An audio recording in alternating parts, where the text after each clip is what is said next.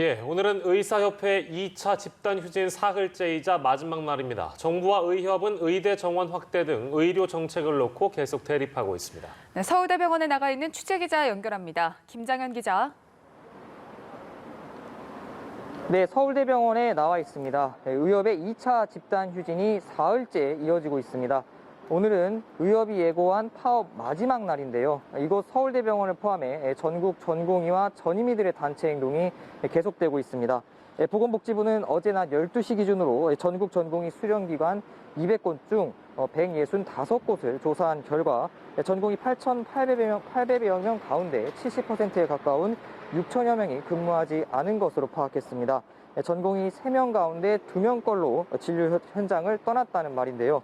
전임의는 전체 1,900여 명 가운데 540여 명인 28% 정도가 휴진에 동참했습니다. 전국 3만 2천여 개 동네 의원의 경우 10곳 중 1곳 정도가 휴진에 참여했습니다.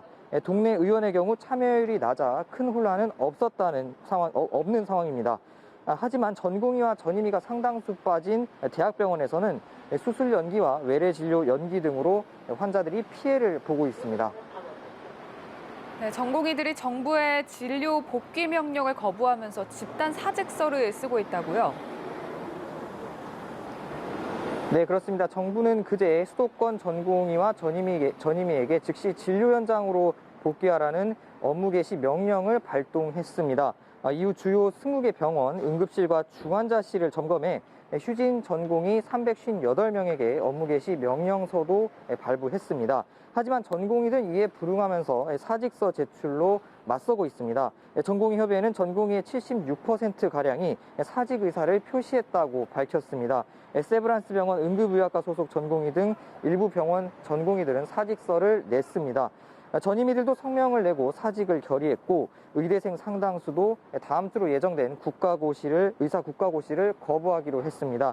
서울대병원 의대 내과 교수들도 휴진에 동참할지 내부적으로 논의하고 있는데 만약 휴진에 참여할 경우 파장이 클 것으로 보입니다. 네, 정부가 휴진 참여 전공의들을 경찰에 고발하려다가 보류했는데요. 잠시 뒤에는 정부가 관계부처 합동 브리핑을 통해서 집단 휴진에 대한 대응 계획을 밝힌다고요? 네, 그렇습니다. 그동안 강경 대응 입장을 밝힌 정부는 어제 오후 진료에 복귀하지 않은 전공의 10여 명 안팎을 경찰에 고발하려다 이를 보류했습니다. 이번 사태를 악화시킬 수 있는 만큼 좀 더 상황을 지켜보겠다는 건데요. 하지만 의협과 전공의 협의회는 정부의 진료 복귀 명령에 강하게 반발하고 있고 최대집 의협회장은 의사들에게 불이익이 있으면 무기한 파업으로 맞서겠다고 밝혔는데요. 이와 관련해 정부는 잠시 뒤인 오전 10시 정부 서울청사에서 관계부처 합동 브리핑을 통해 대응 계획을 밝힐 예정입니다.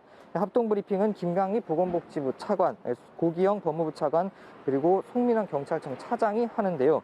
의사들의 진료 복귀를 다시 한번 촉구하면서 범정부 대응책을 구체적으로 발표할 것으로 보입니다. 지금까지 서울대병원에서 전해드렸습니다.